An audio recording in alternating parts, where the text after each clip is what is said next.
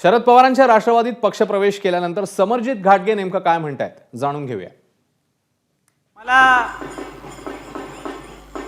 मीडियाच्या लोकांनी विचारलं गैबी चौकच का घेतलं। मी म्हटलं मी नाही घेतला, आदरणीय शरदचंद्र पवार साहेबांनी ठरवलं की गैबी चौकातच सभा व्हायला पाहिजे।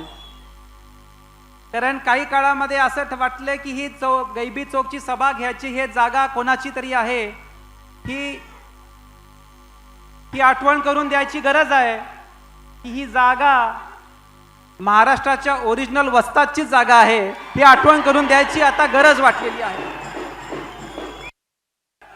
मला कधी कधी मीडियाची लोक भेटतात, मला विचारतात की समोरचे 5 वेळा जे आमदार आहेत, मंत्री महोदय आहेत, त्यांच्याकडे कागलमधले सगळे गट त्यांच्या बाजूनी आहेत, त्यांच्याकडे महायुतीची ताकद आहे, त्यांच्याकडे केंद्राची ताकद आहे, त्यांच्याकडे मोठमोठ्या संस्था असतील, केडीसी असेल, गोकुळ असेल, त्याची ताकद आहे। मग तुमच्याकडे काय आहे? माझ्याकडे आदरणीय शरदचंद्र पवार साहेब आणि कागलची जनता आहे। मला आणखीन काही नको आहे।